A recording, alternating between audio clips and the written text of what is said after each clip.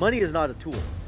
As much as people have told you for years and years that money is a tool and it's all it is, it's a tool, it's bullshit. It's not a tool. But this idea of money being a tool kind of puts us in a weird position, right? Because I want you to think about money differently. And if it's okay with you, I'm going to kind of talk to you about money and what it means and how it works and what it's all about. Because most people have money screwed up.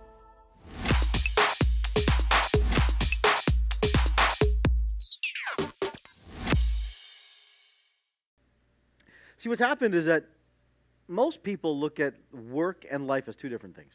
They say, okay, well, from 9 to 5, I'm going to go work. And as soon as 5 o'clock hits, now I'm going to go live my life. And I want you to think about that, what that looks like, what that means, right? Okay, from 9 to 5, I work. That's 8 hours of the day. And that's most of my waking day, right? Unless you stay up from 5 to midnight, I guess, right? And then you sleep 6 hours, okay? So most people, or 5 to 10, whatever it is, the math, you can do the math. You can do the math on it, simplify it for yourself.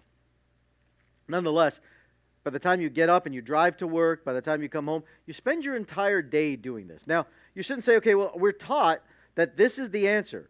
And Harvard did a study on this, and I've said this for 25 years, but Harvard did the study, so I'll reference it. But how can you separate life and work? This never made sense to me. How do you separate life and work? Because I work a certain amount of hours, and then, after that, my life is actually considered my family, the time I get to do what I want to do. But how is that different? So I got to spend most of my life doing what other people want, and then the times that I'm free, I get to do what I want. And that's my family time, my free time inside of that. Okay? This mentality, this thinking, leads us to be stuck and leads us to be trapped in our environment versus having the ability to live our life and doing what it is we value, right? If we don't do what we love to do and we don't value what we love to do, then what happens is our internal psychology breaks down. We start gaining resentments and angers and issues towards our jobs and what we love to do, right? One of the key things that we do in our office is make sure people are doing what they love to do. Because a person that doesn't love what they do is going to fall apart.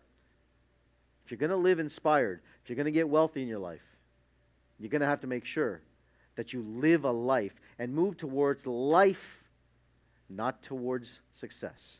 Success alone leads to death. It's a motivational game. That's why you'll go to programs. How many people realize that this program is completely different than probably anything else you've done so far in your life? Any personal development program you've ever gone to? Yeah. Because I'm not here to motivate you. I'm not here to motivate you. I like some dancing in there. I like some music, but I'm not here to motivate you. I hope you wake up inspired. Because inspired, the term inspired, means to breathe life into. It is life. Inspiration is life. And when inspiration stops, it's called expiration. It's called death. Right? In many elderly cultures, or even cultures, they say that, you know what? When did the person expired? So if you're going to live, you're going to breathe, you're going to create existence, it's going to be inspired because that's putting life into somebody. And inspiration is that. Fulfillment and inspiration go hand in hand. Success and motivation go hand in hand. Motivation goes up and goes down. That's why every 30 to 90 days you need a team meeting to be able to motivate your team. I don't have to motivate my team. I can disappear for 3 months and I know that they're going to do what they need to do. They may need some, what do we got, answer questions and stuff, but I know Nick is going to go work video and I don't have to micromanage him. I know Romo's going to figure out audio, video, and production. I don't have to micromanage him. Dez is going to figure out production and details. Zach is going to do technology. I don't have to micromanage people. If I have to micromanage people, then they're not being who they are. If you have to micromanage yourself, you're not living yourself. Let's move towards life, health, vitality, energy, negentropy, growth, and let's dream bigger. When you become success-driven, money becomes your driver, right? Money becomes your driver. But when you become fulfillment-driven, love and service become your driver. Love and service become your driver. And because of that, you get to actually live a life that is meaningful. You can make all the money in the world, and you all know people that have made money, and lots of money at that, but have ended up miserable, right? There are so many people today that you hear about mental health being a thing, and you're thinking to yourself, some people may be saying, how could they have mental health issues? They've got all the money in the world. Has anyone ever thought that in their head? Let's just be real. Yeah, some people have thought that. I know many people have thought that. How could they have an issue? Well, because it's not about the money. We get blinded in the idea that it's about money, and that's the real thing, but it's not. When you have money, you search for fulfillment. And the truth is you don't want to be partially living. Right? This work-life balance idea is a partial living construct. What you want to get to is a place of integrated living. It's work-life integration. To be integrated in life is to take success and fulfillment and merge them as one. To take your work and your life and merge it as one. Not separate. But if you work for money, you're going to separate your life. Because money is not a tool. Money is not a tool. As much as people have told you for years and years that money is a tool and it's all it is, it's a tool, it's bullshit. It's not a tool. Money is a resource of the values that are being served. And the more value you provide, the more resources you get. Money is a resource, period, because it's used for trade and exchange. People who sit and say it's a tool are coming from the position of a success-driven, money-driven state, not entrepreneur, just a state. That, money is just a tool to get from here to there. No, it's a resource. But this idea of money being a tool kind of puts us in a weird position, right? Because I want you to think about money differently. And if it's okay with you, I'm going to kind of talk to you about money and what it means and how it works and what it's all about. Because most people have money screwed up.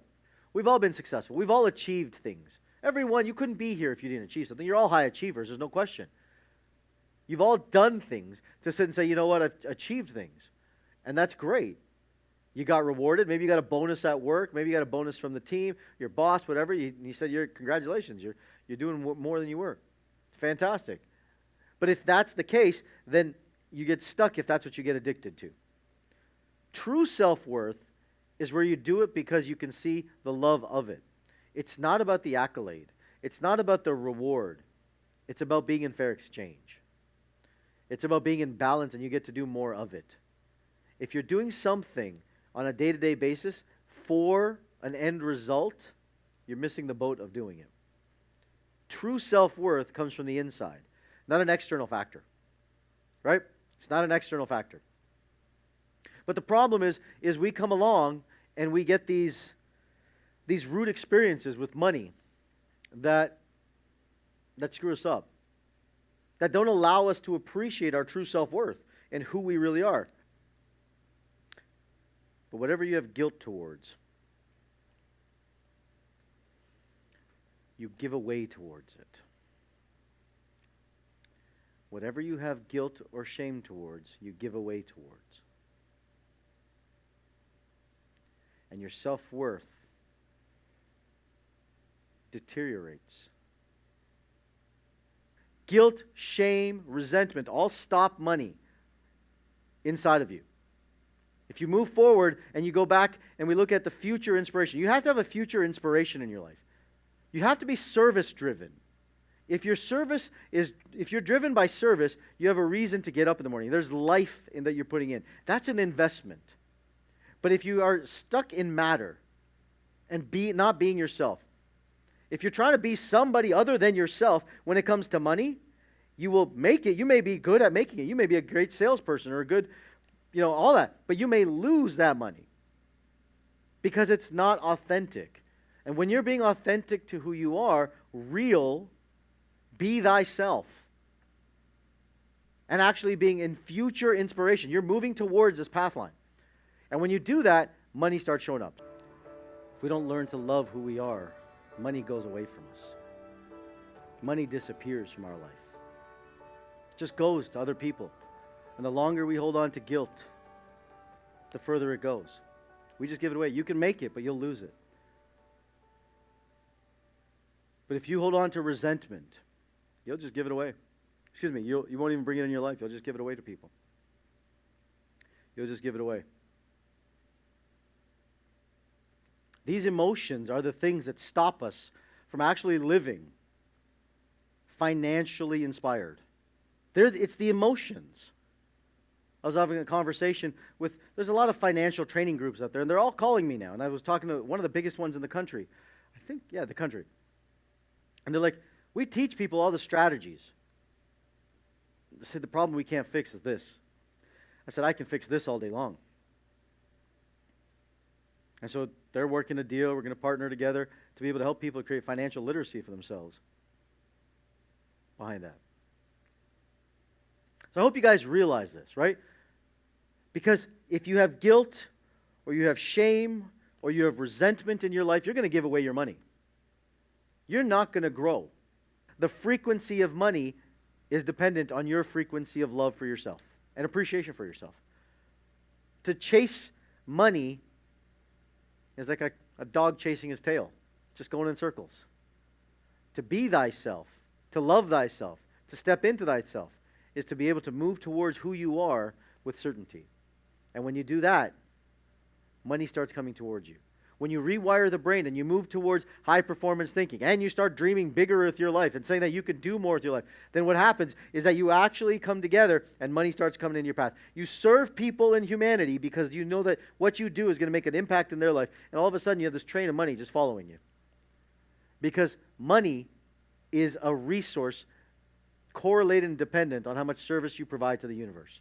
You can't provide your service to the universe if you're stuck in your own emotional chaos inside of it. Know thyself, love thyself, and be thyself. That's the secret to money. Hey guys, if you like that video, click on the link over here and you're going to love the next video.